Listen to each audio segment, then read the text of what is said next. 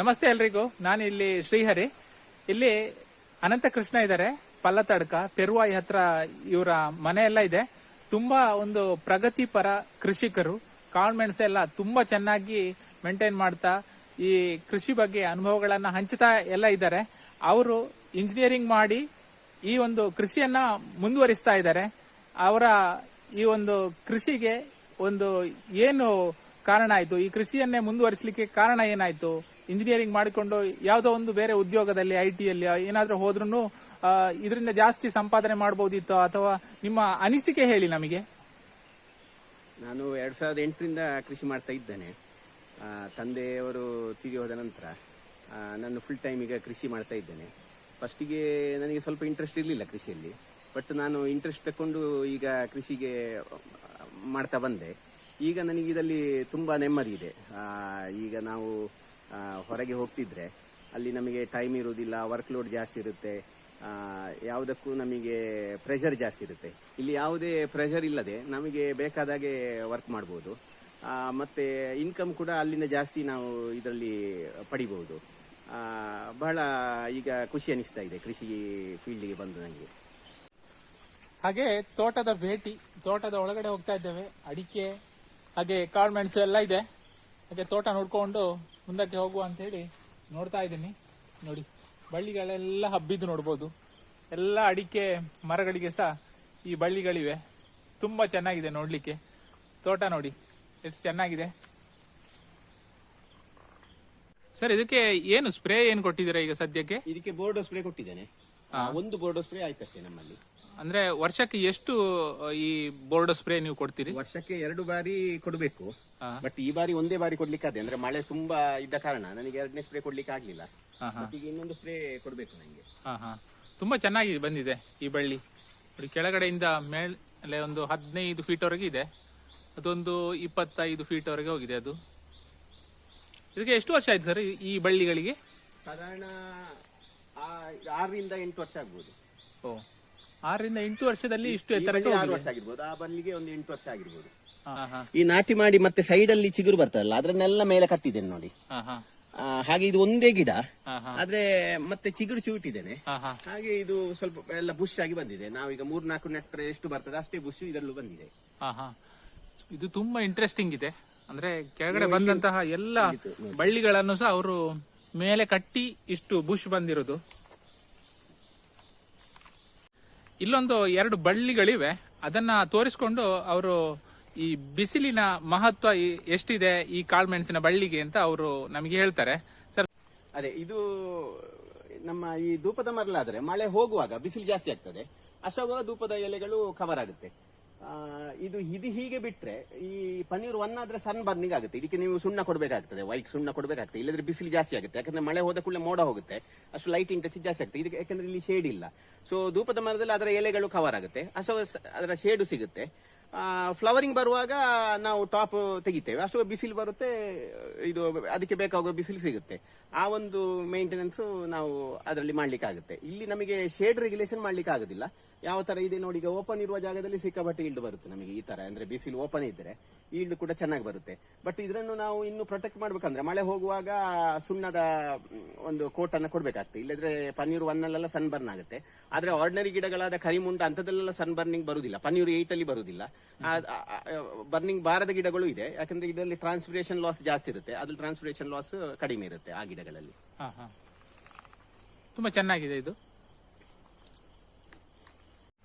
Sir, ಇದು ಈ ಬಳ್ಳಿ ಬಗ್ಗೆ ಸ್ವಲ್ಪ ಹೇಳ್ತೀರಾ? ಈ ತೋಟದ ಬಗ್ಗೆ ಸರ್, ಅಂದ್ರೆ ಇದು ಗುಡ್ಡೆ ಪ್ರದೇಶದಲ್ಲಿ ನೀವು ಮಾಡಿದ್ದು, ಸ್ವಲ್ಪ ಹೇಳಿ ಸರ್ ಇದರ ಬಗ್ಗೆ. 2016 ಅಡಿಕೆ ಗಿಡ ನಾಟಿ ಮಾಡಿದ್ದು ಇಂಟರ್ಸಿಮಂಗಲ. ಇದು ಈಗ ಬಳ್ಳಿಗೆ ಇದೀಗ 2 ವರ್ಷ ಆಗ್ಬೇಕಷ್ಟೇ, ಅಕ್ಟೋಬರ್ಗೆ 2 ವರ್ಷ ಆಗುತ್ತೆ. ನನಗೆ ಕಳೆದ ವರ್ಷವೇ ಒಂದು 50ರಿಂದ 60 ಗರಿ ಬಂದಿದೆ. ಈ ವರ್ಷ ಜಾಸ್ತಿ ಇದೆ. ಈ ವರ್ಷ ಒಂದು 200ರಿಂದ 300 ಗರಿಗಳು ಇರ್ಬೋದು ಇದರಲ್ಲಿ. ಅಂದಾಜು ಒಂದು 15 ಫೀಟ್ ಹೋಗಿದೆ ಇದು ಈಗ. ಅಂದಾಜು ಎಷ್ಟು ಹೋಗಿರ್ಬೋದು, ಅಂದ್ರೆ ಅಕ್ಟೋಬರ್ಗೆ 2 ವರ್ಷ ಆಗುತ್ತೆ. ಒಂದೇ ವರ್ಷ ನಾನು ಹಾರ್ವೆಸ್ಟ್ ಮಾಡಿದ್ದೇನೆ ಇದರಲ್ಲಿ. ಇದರಲ್ಲಿ ಸಹ ಬುಡದಲ್ಲಿ ನಟ್ಟಿದ್ದು ಒಂದೇ ಬಳ್ಳಿ. ತುಂಬಾ ನಾಟಿ ಮಾಡಿದ್ರೆ ಒಳ್ಳೇದು, ಬಟ್ ಇದು ಸಿಂಗಲ್ ಬಳ್ಳಿ ಸಾಕಾಗ್ತದೆ. ಆದ್ರೆ ತುಂಬಾ ಒಳ್ಳೆ ಬುಷ್ ಬರ್ಬೇಕಂದ್ರೆ ಸ್ವಲ್ಪ ಜಾಸ್ತಿ ನಾಟಿ ಮಾಡಿದ್ರೆ ಬೇಗ ಬುಷ್ ಬರುತ್ತೆ. ಇದೀಗ ಟೈಮ್ ತಗೊಳುತ್ತೆ, ಸ್ವಲ್ಪ ಒಂದು 6 ವರ್ಷ ಬೇಕಾಗುತ್ತೆ. ನೋಡಿ ಇದರಲ್ಲೂ ಒಳ್ಳೆ ಗರಿಗಳಿವೆ ನೋಡಿ. ಇದು 2 ವರ್ಷದ ಬಳ್ಳಿ. ಇದೊಂದು ಸಾಧಾರಣ ಒಂದು ಸುಮಾರು ಗಡಿಗಳಿದೆ. ಹಾ ಹಾ. ಈ ಅಡಿಕೆ ತೋಟಕ್ಕೆ ಎಷ್ಟು ವರ್ಷ ಆಯ್ತು ಸರ್? ಇದಕ್ಕೆ ಸಾಧಾರಣ 8 ವರ್ಷ ಆಯ್ತು ಈಗ. ಪಶ್ಚಿಮಂಗಳ ಇದು. ಹಾ ಹಾ. ಇದ್ರಲ್ಲಿ ಎಲ್ಲ ಗ್ರಾಫ್ಟೆಡ್ ಇರೋದಾ ಈ ತೋಟದಲ್ಲಿ? ಎಲ್ಲ ಗ್ರಾಫ್ಟೆಡ್ ನಾಟಿ ಮಾಡಿದ್ದು. ನನ್ನ ತೋಟದಲ್ಲಿ ಹೆಚ್ಚಾಗಿ ಎಲ್ಲ ಗ್ರಾಫ್ಟೆಡ್ ನಾಟಿ ಮಾಡುದು. ಅಂದ್ರೆ ಗುದ್ದಲಿ ಒಕ್ಕುವ ಕೆಲಸಗಳೆಲ್ಲ ಇರ್ತದೆ, ಅಷ್ಟೊಂದು ಬೇರು ಡ್ಯಾಮೇಜ್ ಆಗುತ್ತೆ. ನಾನು ಈಗ ಯಾವುದು ಧೂಪದ ಮರ ಮತ್ತೆ ಈ ಪಯ್ಯಾನಿ ಗಿಡಕ್ಕೆ ಅದಕ್ಕೆಲ್ಲ ನಾನು ಆರ್ಡಿನರಿ ಗಿಡವನ್ನ ನಾಟಿ ಮಾಡ್ತಾ ಇದ್ದೇನೆ. ನೀರ ಕಡಿಮೆ, ಯಾಕಂದ್ರೆ ಇಲ್ಲಿ ನಾವು ನೀರು 12 ರಿಂದ 16 ಲೀಟರ್ ದಿವಸ ಕೊಡ್ಬೇಕಾಗುತ್ತೆ. ಹಾಗೆ ನಮಗೆ ಸ್ವಲ್ಪ ಮೇಂಟೆನೆನ್ಸ್ ಈಸಿ ಆಗುತ್ತೆ. ಇದು ಗುಡ್ಡದಲ್ಲಿ ಅಷ್ಟು ನಾವು ನೀರು ಕೊಡುದಿಲ್ಲ, ಹಾಗೆ ಮೇಂಟೆನೆನ್ಸ್ ಅಡಿಕೆ ತೋಟ ಇಲ್ಲದಲ್ಲಿ ನೀರಿನ ಅಗತ್ಯ ಕಮ್ಮಿ ಸಾಕಾಗ್ತದೆ. ಇದಕ್ಕೂ ನೀರು ಕಡಿಮೆ ಸಾಕಾಗ್ತದೆ, ಬಟ್ ಇಂಟರ್ವಲ್ ನೀರು ಬೇಕಾಗ್ತದೆ ಅಂತ. ಈ ಬಳ್ಳಿಗಳನ್ನು ಉಂಟಲ್ಲ ಸರ್, ನೀವೇ ತಯಾರು ಮಾಡ್ತೀರಾ ಅಲ್ಲ ನರ್ಸರಿಯಿಂದ ತರೋದಾ? ಇದು ಬಳ್ಳಿಗಳನ್ನು ನಾನು ರನ್ನರ್ಸ್ ಅನ್ನ ಮತ್ತೆ ಟಾಪ್ ಶೂಟ್ ಅನ್ನ ನೆಟ್ಟು ಗಿಡ ಮಾಡ್ತೇನೆ. ಮತ್ತೆ ಹೊರಗಡೆಯಿಂದ ಒಳ್ಳೆ ನರ್ಸರಿಗಳಿಂದ, ಈಗ ಡಿಸೀಸ್ ಫ್ರೀ ಇರುವ ನರ್ಸರಿಗಳಿಂದಲೂ ತರ್ತೇನೆ. ಇದು ಕೂಡ ತುಂಬಾ ಚೆನ್ನಾಗಿ ಒಂದು ಮೇಂಟೈನ್ ಮಾಡಿದ ತೋಟ ಇದು. ಸರ್, ವರ್ಷಕ್ಕೆ ಎಷ್ಟು ಸರ್ತಿ ಈ ಹುಲ್ಲು ತೆಗಿತೀರಾ ನೀವು? ಹುಲ್ಲು ಈಗ ನಂದು ಡ್ರಿಪ್ ತೋಟ ಆದ ಕಾರಣ ವರ್ಷಕ್ಕೊಂದು 2 ರಿಂದ 3 ಬಾರಿ ತೆಗೆದ್ರೆ ಸಾಕಾಗ್ತದೆ. ಇದು ಹಾಗೆ ಒಂದು 3 ಸತಿ ಬ್ರಷ್ ಕಟ್ಟರಲ್ಲಿ ಹುಲ್ಲು ತೆಗಿತೇನೆ. ಅಂದ್ರೆ ಈಗ ಮಳೆಗಾಲದಲ್ಲಿ ಒಮ್ಮೆ 2 ಸತಿ ತೆಗಿಬೇಕಾಗುತ್ತೆ. ಮತ್ತೆ ಡ್ರಿಪ್ ತೋಟ ಆದ ಕಾರಣ ಬೇಸಿಗೆಯಲ್ಲಿ ಅಷ್ಟು ಹುಲ್ಲು ಬರುದಿಲ್ಲ. ಮತ್ತೆ ಮಳೆ ಬರುವಾಗ ಒಮ್ಮೆ ತೆಗೆದ್ರೆ ಸಾಕಾಗುತ್ತೆ. ಅಂದ್ರೆ ನಮ್ದು ಆನ್ಲೈನ್ ಡ್ರಿಪ್ಪರ್ ಆದ ಕಾರಣ ಬುಡದಲ್ಲಿ ಮಾತ್ರ ಹುಲ್ಲು ಬರುತ್ತೆ ಸ್ವಲ್ಪ. ಮತ್ತೆ ಈ ಸ್ಪ್ರಿಂಕ್ಲರ್ ಆದ್ರೆ ಮಾತ್ರ ಸ್ವಲ್ಪ ಒಂದು 5-6 ಸತಿ ತೆಗಿಬೇಕಾಗುತ್ತೆ. ನಿಮ್ಮ ತೋಟದಲ್ಲಿ ಈ ಡೈಲಿ ವೇಜಸ್ ಇರ್ಬೋದು ಅಥವಾ ಈ ಜನರನ್ನ ಯಾವ ರೀತಿಯಲ್ಲಿ ಮ್ಯಾನೇಜ್ ಮಾಡ್ತೀರಾ ಅಂತ, ಅಂದ್ರೆ ಕಾಂಟ್ರಾಕ್ಟ್ ಬೇಸ್ಡ್ ಫಾರ್ಮಿಂಗ್ ಯಾವ ರೀತಿಯಲ್ಲಿ ನೀವು ಈ ತೋಟವನ್ನು ನಿರ್ವಹಿಸ್ತಾ ಇದ್ದೀರಿ? ಅದು ನಮ್ಮ ಹತ್ರ ಡೈಲಿ ವೇಜಸ್ ವರ್ಕರ್ಸ್ ಇದ್ದಾರೆ. ಕಾಂಟ್ರಾಕ್ಟ್ ಅಲ್ಲೂ ನಾವು ಅವರಿಗೆ ಹೆಚ್ಚಿನ ಕೆಲಸಗಳನ್ನ ಕೊಡ್ತೇವೆ. ಈಗ ಕಾಳುಮೆಣಸು ಹಾರ್ವೆಸ್ಟ್ ಎಲ್ಲ ನಾವು ಪರ್ ಕೆಜಿ ಬೇಸಿಸ್ ಅಲ್ಲಿ ಕೊಡ್ತೇವೆ ಅಷ್ಟು. ಅದರಿಂದ ನಮಗೂ ಬೆನಿಫಿಟ್ ಆಗ್ತದೆ, ಅವರಿಗೂ ಬೆನಿಫಿಟ್ ಆಗ್ತದೆ. ಅವರಿಗೆ ಟೈಮ್ ಬೌಂಡ್ ಇರುವುದಿಲ್ಲ, ಮತ್ತೆ ಇದು ತುಂಬಾ ಅವರಿಗೆ ದುಡಿಲಿಕ್ಕಾಗುತ್ತೆ. ಅದರಿಂದ ಸ್ವಲ್ಪ ಇಂಟ್ರೆಸ್ಟ್ ಬರುತ್ತೆ. ಈಗ ಹಾರ್ವೆಸ್ಟಿಂಗ್ ಎಲ್ಲ ನಾನು ಈಗ ಕಾಳುಮೆಣಸು ಹಾರ್ವೆಸ್ಟ್ ಕೊಟ್ರೆ ಅವರು ಸಾಧಾರಣ ಪನೀರು ಅನ್ನೆಲ್ಲ 200 kg ಅಷ್ಟು ಕೊಯ್ತಾರೆ ಗಂಡಾಳು ಒಂದು ದಿವಸದಲ್ಲಿ.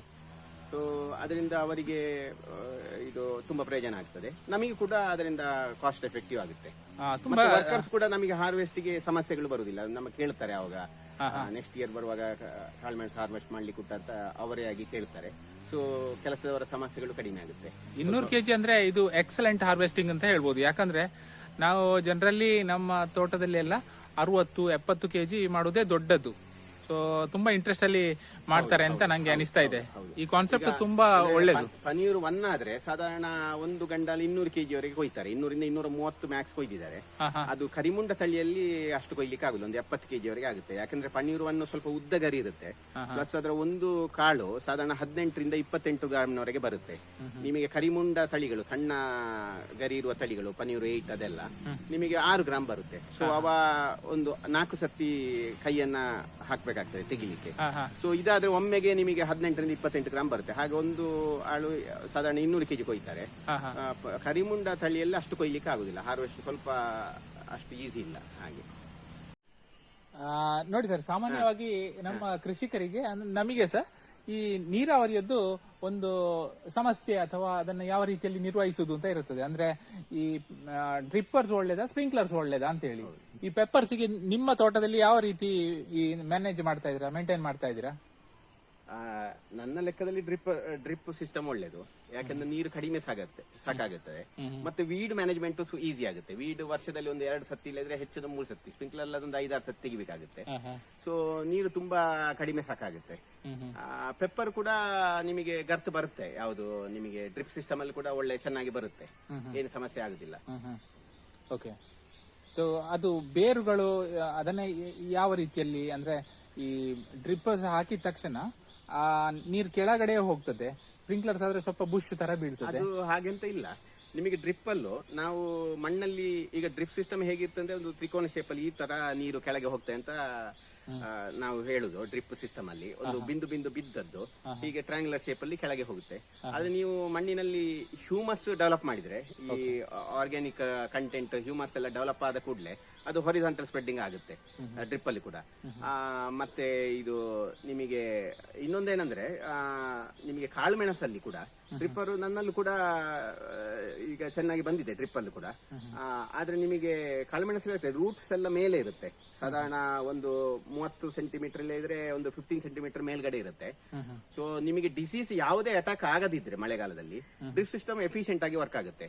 ಎಲ್ಲಿಯಾರು ನೀರು ನಿಂತು ಅಡಿಯ ಬೇಳು, ಕಾಳುಮೆಣಸಿನ ಮೇಲಿನ ಬೇರಲ್ಲ, ಅಡಿಯ ಬೇಳು ಕೊಳೆತು ಹೋಗಿದೆ ಅಂತ ಆದ್ರೆ ಡ್ರಿಪ್ ಸಿಸ್ಟಮ್ ಅಲ್ಲಿ ಈಗ ನೀವು ನಿಮ್ಮ ಮಣ್ಣಲ್ಲಿ ಹ್ಯೂಮಸ್ ಇಲ್ಲ ಅಂತ ಆದ್ರೆ ನೀರು ಕೆಳಗೆ ಹೋದ್ರೆ ಈ ಮಳೆ ಹೋದ ಕೂಡಲೇ ಮೇಲಿನ ಬೇರಿಗೆ, ಹೆಲ್ದಿ ಬೇರಿಗೆ ನೀರು ಸಿಗದೆ ಕೊಳೆತ ಬೇರಿಗೆ ಮಾತ್ರ ನೀರು ಸಿಕ್ಕಿದ್ರೆ ಸ್ವಲ್ಪ ಡಿಸೀಸ್ ಅಟ್ಯಾಕ್ ಆಗೋ ಸಾಧ್ಯತೆ ಇದೆ. ಆದ್ರೆ ಈಗ ನೀವು ಜೆಜೆಟ್ಟು ಸ್ಪ್ರಿಂಕ್ಲರ್ ಸಿಸ್ಟಮ್ ಅಲ್ಲಿ ಮೇಲೆಯೂ ಸಿಕ್ಕಿ ಆ ಡಿಸೀಸ್ ಅನ್ನ ಸ್ವಲ್ಪ ಓವರ್ಕಮ್ ಮಾಡಬಹುದು. ಇಲ್ಲ ಇದ್ರೆ ನಿಮಗೆ ಡಿಸೀಸ್ ಫ್ರೀ ಅಂತ ಆದ್ರೆ ಡ್ರಿಪ್ ಸಿಸ್ಟಮ್ ಚೆನ್ನಾಗಿ ವರ್ಕ್ ಆಗುತ್ತೆ, ಯಾವುದೇ ಸಮಸ್ಯೆ ಇಲ್ಲ. ಮತ್ತೆ ಹ್ಯೂಮಸ್ ಅನ್ನು ಡೆವಲಪ್ ಮಾಡಿದ್ರೆ ಹೋಜಲ್ ಸ್ಪ್ರೆಂಟಿಂಗ್ ಆಗುತ್ತೆ. ಸೊ ಯಾವುದೇ ಸಮಸ್ಯೆ ಇಲ್ಲದೆ ವರ್ಕ್ ಆಗುತ್ತೆ. ನಿಮ್ದು 100% ಇಲ್ಲಿ ಡ್ರಿಪ್ ಸಿಸ್ಟಮ್. ಹೌದು ಹೌದು, ಅದು ಬಹಳ ಚೆನ್ನಾಗಿ ವರ್ಕ್ ಆಗ್ತದೆ. ನಮಗೆ ನೀರು ಕೂಡ ಅಭಾವ ಇರುವ ಕಾರಣ ನಮಗೆ ಇದುವೇ ಬೆಟರ್ ಅಂತ ನನಗೆ ಕಾಣ್ತಾ ಇದೆ. ಸ್ಪ್ರಿಂಕ್ಲರ್ ಅಲ್ಲಿ ನಮಗೆ ಮ್ಯಾನೇಜ್ ಮಾಡ್ಲಿಕ್ಕೆ ಸಾಧ್ಯ ಇಲ್ಲ, ಪ್ಲಸ್ ವೀಡ್ ಮ್ಯಾನೇಜ್ಮೆಂಟ್ ಕಾಸ್ಟ್ಲಿ ಆಗುತ್ತೆ, ನೀರು ಕೂಡ ಪೋಲ್ ಆಗುತ್ತೆ. ಸೊ ಅದರಲ್ಲಿ ಸಮಸ್ಯೆಗಳೇ ನನಗೆ ಜಾಸ್ತಿ ಕಾಣ್ತಾ ಇದೆ. ಸರ್, ಇದು ನೀವು ಧೂಪದ ಮರ ಹೇಳಿದ್ರಿ, ಕನ್ನಡದಲ್ಲಿ ಹಾಲ್ಮಡ್ಡಿ ಅಂತ ಹೇಳ್ತಾರೆ. ಇದನ್ನು ರೆಸಿನ್ ತೆಗಿಲಿಕ್ಕೆ ಯೂಸ್ ಮಾಡ್ತಾರೆ ಅಗರಬತ್ತಿಗೆಲ್ಲ. ಮತ್ತೆ ನಿಮಗೆ ಸೈಂಟಿಫಿಕ್ ನೇಮ್ ಐಲಂತಸ್ ಟ್ರೈಫೈಸ್ ಅಂತ ಹೇಳ್ತಾರೆ. ಓಕೆ. ಸೊ ಇದು ದೊಡ್ಡ ಮರ ಆದಾಗ ಬೀಳುವಂತ ಚಾನ್ಸ್ ಉಂಟಾ ಅಂತ ಹೇಳಿ, ಅಂದ್ರೆ ಜನರಲ್ಲಿ ಕೆಲವು ಮರಗಳೆಲ್ಲ ಬೀಳ್ತವೆ, ಅಂದ್ರೆ ಬೇರೆ ಎಲ್ಲ ಹಗುರಾಗಿ ಬೀಳುವಂತ ಚಾನ್ಸ್ ಉಂಟು. ಈ ಮರದ ಬಗ್ಗೆ ಹೇಳ್ಬೋದು ಸ್ವಲ್ಪ? ಇಲ್ಲ, ಖಂಡಿತ ಬೀಳೋ ಸಾಧ್ಯತೆ ಇಲ್ಲ. ಈ ಮರಗಳಲ್ಲಿ 2 ಸಿಸ್ಟಮ್ ಇದೆ, ಒಂದು ಮೋನೋಕಾಟ್ ಮತ್ತೊಂದು ಡೈಕಾಟ್. ಮೋನೋಕಾಟ್ ಅಂದ್ರೆ ಬೇರು ಏಕದಳ ಧಾನ್ಯ, ದ್ವಿದಳ ಧಾನ್ಯ ಅಂತ, ಬೇರು ಸಣ್ಣದಿರುತ್ತೆ. ಡೈಕಾಟ್ ಅಂದ್ರೆ ಟ್ಯಾಪ್ ರೂಟ್ ಇರುವಂತಹ ಗಿಡಗಳು, ಇದು ಡೈಕಾಟ್ ಪ್ಲಾಂಟ್. ಹಾಗೆ ಇದಕ್ಕೆ ಮದರ್ ರೂಟ್ ಇದೆ, ಟ್ಯಾಪ್ ರೂಟ್ ಇದೆ, ತಾಯಿ ಬೇರು ಅಂತ ಹೇಳ್ತೇವೆ ಕನ್ನಡದಲ್ಲಿ, ಅದು ಇದೆ. ಸೊ ಅದು ಇದು ಇರುವ ಕಾರಣ ಬೀಳುವ ಸಾಧ್ಯತೆ ತುಂಬಾ ಕಡಿಮೆ. ಮತ್ತೆ ಈಗ ನೀವು ನಾಟಿ ಮಾಡುವಾಗ ಕ್ರಮಬದ್ಧವಾಗಿ ನಾಟಿ ಮಾಡಿದ್ರೆ, ಈಗ ಒಂದು ಕೊಟ್ಟು ಮಣ್ಣು ತೆಗೆದು ಗಿಡ ನಾಟಿ ಮಾಡುದು, ಅವಾಗ ಏನಾಗುತ್ತೆ, ಅಡಿಯಲ್ಲಿ ಒಂದು ಫೀಟ್ ನ ಕಲ್ಲು ಸಿಕ್ಕಿದ್ರೆ ಈ ಮದರ್ ರೂಟ್ ಏನಾಗುತ್ತೆ, ಟ್ಯಾಪ್ ರೂಟ್ ಹೀಗೆ ಯು ಶೇಪ್ ಅಲ್ಲಿ ಬೆಂಡ್ ಆಗಿ ಹೋಗುತ್ತೆ. ಆವಾಗ ಗಾಳಿಗೆ ಈ ಕಲ್ಲು ಅಲಗಿದಾಗ ಮೊಗಚುವ ಸಾಧ್ಯತೆ ಇದೆ. ನೀವು ಕರೆಕ್ಟ್ ಆಗಿ ಸಿಸ್ಟಮ್ ಅಲ್ಲಿ ನಾಟಿ ಮಾಡಿದ್ರೆ ಬೀಳುವ ಸಾಧ್ಯತೆ ಇಲ್ಲ. ಮತ್ತೆ ನರ್ಸರಿಯಿಂದ ಗಿಡಗಳು ತರುವಾಗ ಟ್ಯಾಪ್ ರೂಟ್ ಕಟ್ ಆಗಿದ್ರೆ ಅಂತ ಸಿಸ್ಟಮ್ ಅಲ್ಲಿ ಸಾಧ್ಯತೆ ಇದೆ. ಇಲ್ಲ ಇದ್ರೆ ಇದು ಮದರ್ ರೂಟ್ ಡೈಕಾಟ್ ಪ್ಲಾಂಟ್ ಆದ ಕಾರಣ, ತಾಯಿ ಬೇರು ಇರುವ ಒಂದು ಗಿಡ ಆದ ಕಾರಣ ಇದ್ರಲ್ಲಿ ಮಗಚುವ ಸಾಧ್ಯತೆ ಯಾವುದು ಇಲ್ಲ.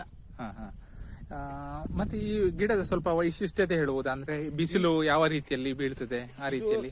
ನಾನು ಈ ಗಿಡ ಸೆಲೆಕ್ಟ್ ಮಾಡ್ಲಿಕ್ಕೆ ಕಾರಣ, ಇದು ಸಾಧಾರಣ 30 ಫೀಟ್ ಬಂದ ನಂತರ ನಾನು ಅದರ ಟಾಪ್ ಅನ್ನ ಕಟ್ ಮಾಡ್ತೇನೆ.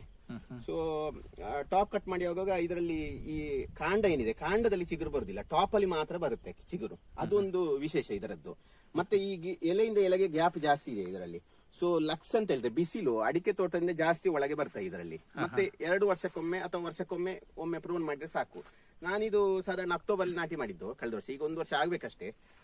ಈ ಒಂದು ಸತಿಯೂ ನಾನು ಏನು ಪ್ರೂನಿಂಗ್ ಮಾಡ್ಲಿಲ್ಲ, ಪ್ರೂನಿಂಗ್ ಮಾಡದೆ ಮೇಂಟೈನ್ ಮಾಡುದು. ಈಗ ಗಿರಿಸಿಡಿ ಎಲ್ಲ ಹಾಕಿದ್ರೆ ಪ್ರೂನಿಂಗ್ ಜಾಸ್ತಿ ಬರುತ್ತೆ, ಅಂದ್ರೆ ಅದರ ಎಗೆಗಳು ತುಂಬಾ 1 ವರ್ಷಕ್ಕೆ 5-6 ಸತಿ ನಾವು ತೆಗಿಬೇಕಾಗ್ತದೆ. ಇದರಲ್ಲಿ ಅದು ಆ ಸಮಸ್ಯೆ ಇಲ್ಲ. ಮತ್ತೊಂದಂದ್ರೆ ನಿಮಗೆ ಬಿಸಿಲಿನ ಇದು ಇಂಟೆನ್ಸಿಟಿ ಸ್ವಲ್ಪ ಇದರಿಂದ ಜಾಸ್ತಿ ಇದೆ, ಯಾವುದು ಅಡಿಕೆ ತೋಟ ಜಾಸ್ತಿ ಇರೋ ಕಾರಣ. ಸೊ ಪೆಪ್ಪರಿಗೆ ಸ್ವಲ್ಪ ಪ್ಲಸ್ ಪಾಯಿಂಟ್ ಅಂತ ನನಗೆ ಕಂಡಿದೆ. ಪೆಪ್ಪರಿಗೆ ಬಿಸಿಲು ಜಾಸ್ತಿ ಬೇಕು.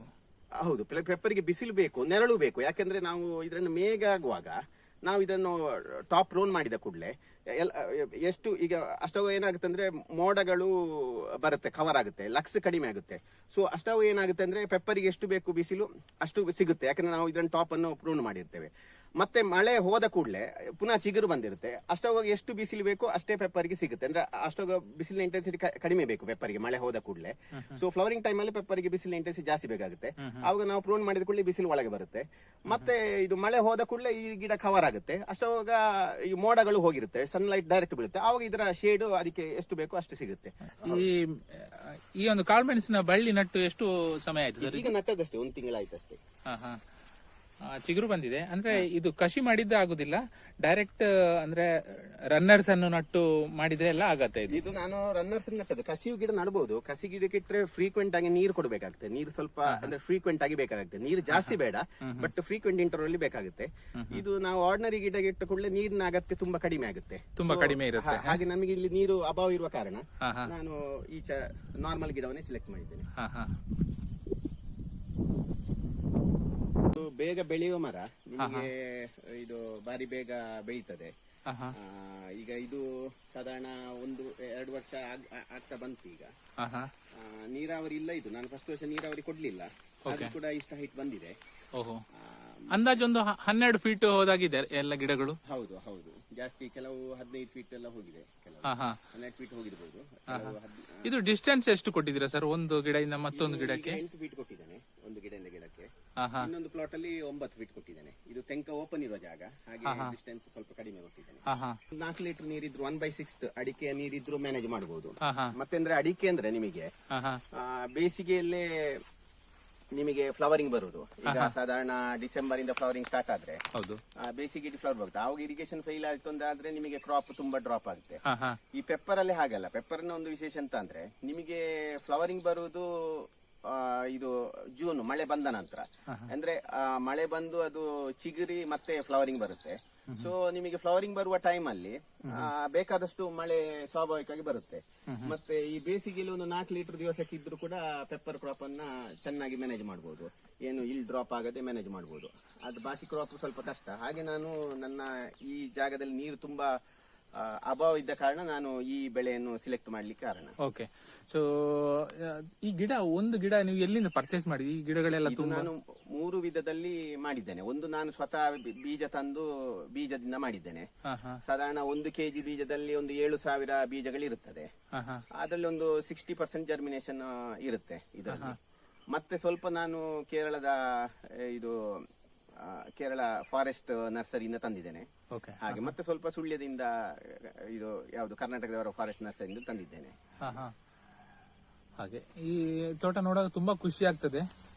ನಾವೆಲ್ಲ ಬೆಳೆಸಬಹುದು ಅಂತ ಕಾಣ್ತಾ ಇದೆ. ಅಂದ್ರೆ ನೀರಿನ ಸ್ವಲ್ಪ ಅಭಾವ ಇರುವವರು ಈ ರೀತಿಯ ಗಿಡಗಳನ್ನ ಬೆಳೆಸ್ಕೊಂಡು ಕಾಳುಮೆಣಸು ಬೆಳೆಸಬಹುದು ಅಂತ ನಂಗೆ ಅನಿಸ್ತಾ ಇದೆ. ಖಂಡಿತ ಮಾಡಬಹುದು. ತುಂಬಾ ಚೆನ್ನಾಗಿದೆ ಗಿಡಗಳು ನೋಡ್ಲಿಕ್ಕೆ. ನೋಡಿ ಈ ರೀತಿಯಲ್ಲಿ ಬಂದಿದೆ. ಇದು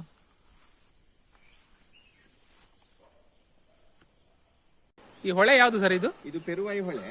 ಇದು ಇನ್ನೊಂದು 3 ಕಿಲೋಮೀಟರ್ ಅರ್ಕಸ್ಥಳ ಹೊಳೆಗೆ ಜಾಯಿನ್ ಆಗಿ ಅಲ್ಲಿಂದ ನಂತರ ಅದು ಶಿರಿಯ ಕುಂಬ್ಳೆಯಿಂದ ಮುಂದೆ ಶಿರಿಯ ಹೇಳುವ ಜಾಗದಲ್ಲಿ ಸಮುದ್ರ ಸೇರ್ತದೆ. ಇಲ್ಲಿಂದ ಒಂದು ಸಾಧಾರಣ ಒಂದು 20 ಕಿಲೋಮೀಟರ್ ಇರಬಹುದು. ಇದ್ರಲ್ಲಿ ನೀರು ಡ್ರೈ ಆಗ್ತದ? ಹೌದು, ಇದು ನೀರು ಒಂದು ಫೆಬ್ರವರಿ ಆಗುವಾಗ ಫ್ಲೋ ಕಟ್ ಆಗುತ್ತೆ, ಮತ್ತೆ ಫುಲ್ ಡ್ರೈ ಆಗುತ್ತೆ. ಅಂದ್ರೆ ಸಣ್ಣ ಹೊಳೆ, ಇದು ಹೊಳೆಗಿಂತ ಸ್ವಲ್ಪ ಸಣ್ಣ, ತೋಡಿಗಿಂತ ಸ್ವಲ್ಪ ದೊಡ್ಡ ಸೈಜ್. ಹಾಗೆ ವರ್ಷ ಪೂರ್ತಿ ನೀರಿರಲ್ಲ. ಈಗ ಇನ್ನೊಂದು 2-3 ತಿಂಗಳಲ್ಲಿ ಫ್ಲೋ ಕಟ್ ಆಗಿ ಮತ್ತೆ ಫುಲ್ ಡ್ರೈ ಆಗುತ್ತೆ ಲಾಸ್ಟಿಗೆ. ಮತ್ತೆ ಏನೋ ಗುಂಡಿಗಳಲ್ಲಿ ಅಲ್ಪ ಸ್ವಲ್ಪ ನೀರಿರುತ್ತೆ. ಸರಿ, ಓಕೆ. ಹಾಗೆ ಇಲ್ಲೊಂದು ಹೊಳೆ ಉಂಟು ನೋಡಿ. ಈ ಹೊಳೆಯಲ್ಲಿ ಹೋಗ್ತಾ ಇದ್ದೇವೆ ನಾವು. ಸರ್, ಇದು ಏನ್ ಡಿವೈಸ್ ಅಂತ ಹೇಳ್ಬೋದಾ? ಇದು ಫುಲ್ಲಿ ಆಟೋಮೆಟಿಕ್ ಸ್ಯಾಂಡ್ ಫಿಲ್ಟರ್. ಇದು ಏನು ನೀರಲ್ಲಿ ಬರುವಂತ ಮಡ್ಡು ಮತ್ತೆ ಆಲ್ಗೆ ಕಸ ಕಡ್ಡಿಗಳನ್ನು ಕ್ಲೀನ್ ಮಾಡ್ಲಿಕ್ಕೆ ಇರುವುದು. ಅದರ ನಂತರ ನೀರು ಈ ಫುಲ್ಲಿ ಆಟೋಮೆಟಿಕ್ ಇದು ಮೆಶ್ ಫಿಲ್ಟರ್ಗೆ ಹೋಗುತ್ತೆ. ಇದು MID ಇಸ್ರೇಲ್ ಕಂಪನಿಯದ್ದು. ಇದರಲ್ಲಿ ನಿಮಗೆ ಪ್ರೆಷರ್ ಡಿಫರೆನ್ಸ್ ಅಲ್ಲೂ ವರ್ಕ್ ಆಗುತ್ತೆ, ಮತ್ತೆ ನಿಮಗೆ ಟೈಮ್ ಬೇಸ್ ಅಲ್ಲೂ ವರ್ಕ್ ಮಾಡ್ಲಿಕ್ಕೆ ಆಗುತ್ತೆ. ಅಂದ್ರೆ ನೀವು ಇದರಲ್ಲಿ ಪ್ರೋಗ್ರಾಮ್ ಮಾಡಿದ್ರೆ 1 ಅವರಿಗೆ ಒಮ್ಮೆ ಬ್ಯಾಕ್ ವಾಶ್ ಕೊಟ್ರೆ 1 ಅವರಿಗೆ ಒಮ್ಮೆ ಬ್ಯಾಕ್ ವಾಶ್ ಆಗುತ್ತೆ. ಮತ್ತೆ ಈಗ ಡಿಫರೆನ್ಸ್, ಈಗ ಇನ್ಲೆಟ್ ಪ್ರೆಷರ್ ಒಂದು 2 ಬಾರ್ ಉಂಟು, ಔಟ್ಲೆಟ್ ಇನ್ಲೆಟ್ 2.5, ಔಟ್ಲೆಟ್ 2 ಬಾರ್ ಇದ್ರೆ 0.5 ಡಿಫರೆನ್ಸ್ ಅಂತ ನೀವು ಸೆಟ್ ಮಾಡಿದ್ರೆ 0.5 ಆಗುವಾಗ ಇದು ಬ್ಯಾಕ್ ವಾಶ್ ಆಗುತ್ತೆ. ಇದು ಅದಕ್ಕಿರುವಂತ ಇದು ಸಿಸ್ಟಮ್. ಇದು ಸರ್, ಅದು ಟ್ಯಾಂಕಿ ಏನದು? ಇಲ್ಲಿ ಒಂದು ಟ್ಯಾಂಕಿ ಮಾಡಿದ್ರಲ್ಲ ದೊಡ್ಡದು. ವಾಟರ್ ಸ್ಟೋರೇಜ್ 2 ಲಕ್ಷ ಲೀಟರ್ನ ಟ್ಯಾಂಕ್. ಇದಕ್ಕೆ ಗ್ರಾವಿಟಿಯಲ್ಲೂ ನೀರು ಬರುತ್ತೆ. ನಮಗೆ ಫೆಬ್ರವರಿವರೆಗೆ ಗ್ರಾವಿಟಿ ನೀರು ಸಾಕಾಗುತ್ತೆ. ಮತ್ತೆ ನಾವು ಹೊಳೆ ಮತ್ತೆ ಬೋರ್ವೆಲ್ ಗಳಿಂದೆಲ್ಲ ಕಲೆಕ್ಟ್ ಮಾಡಿ ಅದರಿಂದ ನಾವು ಇರಿಗೇಷನ್ಗೆ ನೀರನ್ನು ಯೂಸ್ ಮಾಡ್ತೇವೆ. ಇದು 2 ಲಕ್ಷ ಲೀಟರ್ ಇದು ಸಿಮೆಂಟ್ ಟ್ಯಾಂಕ್. ಓಕೆ. ಈ ವಿಡಿಯೋ ನಿಮ್ಗೆಲ್ರಿಗೂ ಇಷ್ಟ ಆಗಿರುತ್ತೆ. ಹಾಗೆ ಇನ್ನಷ್ಟು ಕೃಷಿಗೆ ಸಂಬಂಧಿಸಿದ ವಿಡಿಯೋಸ್ಗಳಿಗೆ ನಮ್ಮ ಯೂಟ್ಯೂಬ್ ಚಾನಲ್ ಸಬ್ಸ್ಕ್ರೈಬ್ ಮಾಡಿ. ಈ ವಿಡಿಯೋಸ್ ಅನ್ನು ಶೇರ್ ಕೂಡ ಮಾಡಿ. ಇನ್ನಷ್ಟು ಜನರಿಗೆ ಈ ವಿಚಾರಗಳು ತಿಳಿಯಲಿ.